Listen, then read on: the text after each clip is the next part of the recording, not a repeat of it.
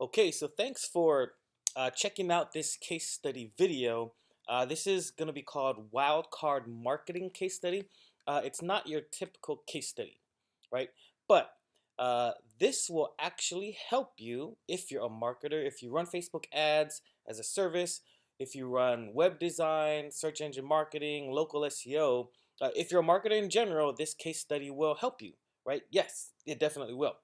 Now, it's not the normal one because I'm not just going to show you examples, right? I'm actually going to teach you two very critical strategies as I walk you through the email thread. Um, Now, what's really cool about this is I'm not going to share my actual email in this video, but you can go and download that email in the framework that I'm giving free.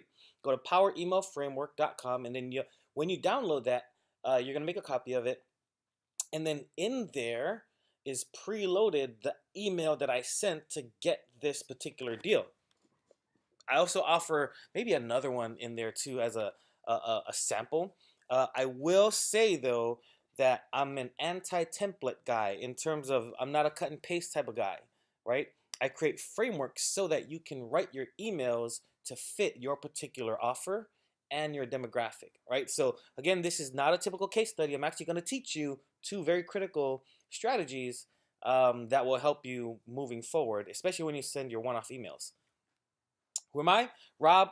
Welcome. I appreciate you. I do what you do, right? But I do a lot of outreach. I like to learn about people, communication, what makes people move, right? What gets them to decide. And then I also like to help people at the highest level possible for me. So we share a lot of similarities, and I think the only difference is I specialize in outreach, and I have this really high propensity to study the thing, but also I have this high capacity to learn. So I'm always thirsting for knowledge and always testing and getting better. So that is me, right? Now, these are the two things that I'm going to teach you in this case study. I want you to look out for these two things: the strategic follow up, and then proactively positioning your follow up, right? Because oftentimes follow ups tend to be, hey, I'm bumping this. Can you read this again? Not necessarily, right? It's fine, it's an option, but it's not something that I would recommend as a priority in your follow up. You got to be very strategic, and I'll show you some examples here. And then you got to be proactive in the way you position yourself, right? Against whoever you're either bidding against or you're competing against to win the job. So, email, right? I sent the power email. A power email will usually yield these kinds of responses when you write it properly, right? There's my first sentence, whatever, and then thanks for sure. Let's connect. Got some time to call? Great. So they actually requested some time. Yeah. Um, my response. Uh, Give them options on when to meet with you. Sometimes a Calendly link will work as well. Sometimes. But what I like to do is balance, like here's a Calendly link, or I give them the range, right, between 9 a.m. and 12 p.m. on Friday. Then, let's looks forward to it. Awesome. I politely offered two options because it wasn't clear, so I gave them an option to do video or a direct phone call. Here's my link, and then here's the number, and you can call me directly. So notice what I'm doing is I'm offering a different ways of communicating versus just sending them a Calendly link to have them do all the work, right? Um, Now, this is where it gets cool. This is part of, so all of that follow up that I did was part of the strategic follow up. And then this is a clearer example of the strategic follow up. With time in between the actual call, send some value add to enhance your stance. So that's the strategic follow up. Now, here is a checklist that I created, sir, for to prepare us for a conversation. But just so you know, sir, that I'm thinking about your project, right? So now strategically, I'm letting them know that I'm doing work outside before even getting hired and preparing and just letting them know, giving them some kind of inclination that there's something different about me. Yep. So that part right here is very strategic. All right. On the call, I addressed his concerns, and then I asked about his thoughts for my workflow, right? The list that I sent him. So after we talked, it was great. Then we set up another time, right? So it took our conversation from the introduction to us talking about my thoughts and then his thoughts, and then it also opened up to a next meeting to go further into our conversation. So the call went well, but as more ideas came to mind, I sent a more vivid way to share my ideas. And also now this is part of the positioning, right? After we met, after we talked, um, I went off and I did my own video, right? I did my own video to kind of extrapolate in detail the things that, remember, I heard was a concern for him. So then I even beefed up my approach and I gave them a little bit more detail in color on what I heard, what the concern was. So now my positioning moves strategically. I've been giving value, but then my positioning moves from me as a general service provider to this consultant that can serve an overall purpose because of my wide variety of ideas in this video. So then that's part of the proactive position. I didn't have to do this, right? But I proactively position myself so that they can start seeing me as this overall digital marketing consultant, not just, Facebook. Watch the video. I think you are right. So if I didn't send the video, there wouldn't be additional affirmation on his end. Yeah. So as you can see, he said, watch the video. Good stuff. I think you are right. So now my power play, my positioning play has catapulted me above and beyond whoever the competitors are, right? Now, maybe they might have sent something too. I don't know.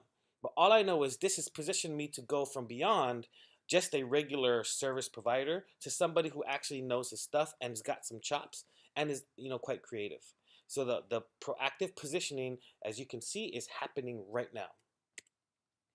We met in person, we had great rapport, gave him more specific examples as we met in person. Then I also framed from some of the conversation for a possible long-term approach, right? Because of my understanding of this guy, I wanted to make sure that we had a relationship beyond just me and relationship with the company. But I wanted to befriend him for a much more longer term approach, right? So then he talks, he emails me on a weekend, on a day off, whatever. Then he shares some of the budget, all that stuff, yada yada. You can pause if you want to read through it, but that's what it is, right? He got to see my knowledge, and based off of what they have, they're able to do X, Y, and Z, right? So reached out, great, awesome. This is more of his response. And then this is the final numbers that we came up with. For the ad budget, it's that much. And then for my time, on a part-time basis, I get to work and strategize on these things for that amount. Now, again, this is off from one outreach email, one code. This email I didn't blast out to thousands and thousands of people where I typically do, but this one was just one email. I spent 20 minutes on it, sent it, and that was the result.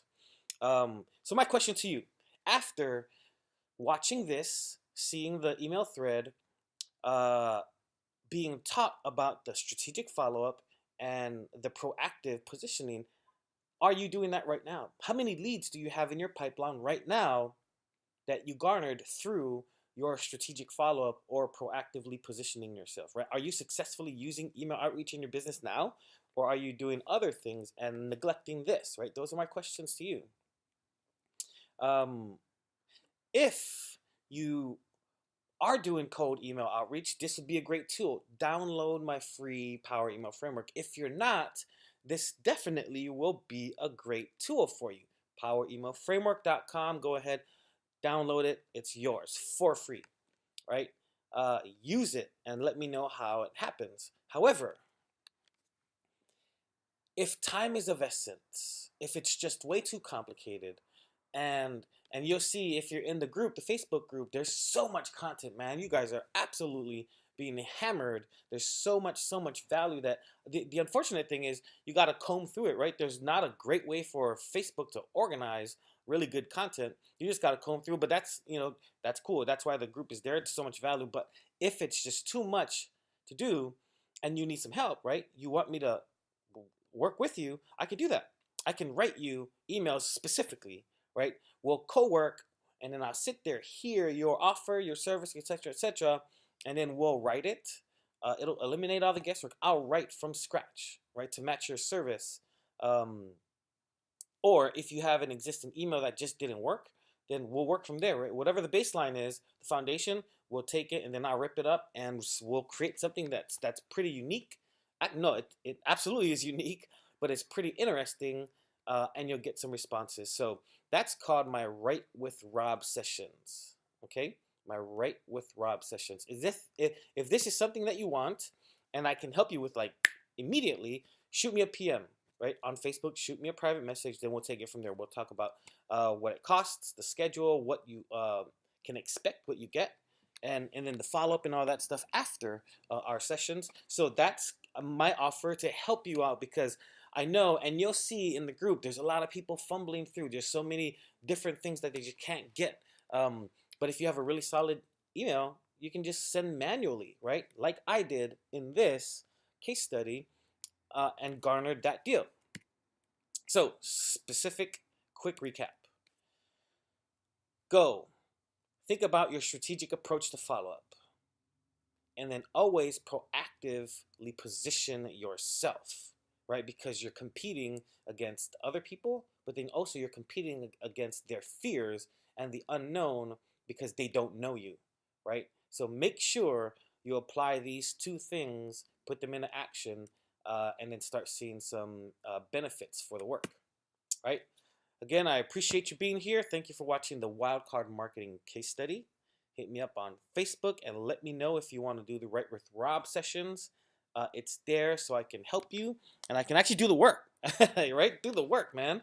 So there's no guesswork, but the great thing is you actually get to hear me think out loud, and you get to experience the rationale behind what I write. Alrighty. At any rate, God bless you. Hope this was helpful and not just a case study per se, but you got some actual value and some teaching out of it. Alrighty? Alright, take care. Bye.